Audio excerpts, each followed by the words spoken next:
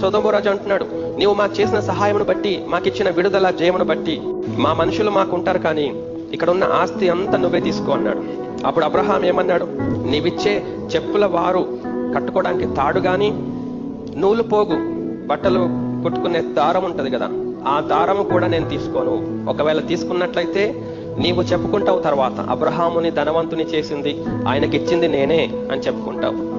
కాబట్టి ఆ జీవము గల సర్వశక్తి గల సృష్టికర్త ఎదుట నేను తల ఎత్తుకొనలేను, ఆయనకు అర్హుడను కాను.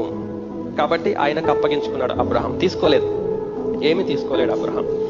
మనం కూడా ఆ నిశ్చయత కలిగి ఉండాలండి. జీవము గల దేవుని పిల్లలం వలె, దేవుని పిల్లల్లాగానే ఉండాలని ఆయన ఆశిస్తున్నాడు.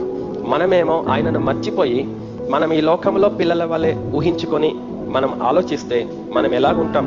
ఒక రాజకుమారుడు ఆయన తండ్రిని మర్చిపోయి ఈ లోకంలో జీవిస్తా ఉంటుంటే ఆయన పరిస్థితి ఎలాగుంటది? మనది కూడా అలాగే అవుతుంది.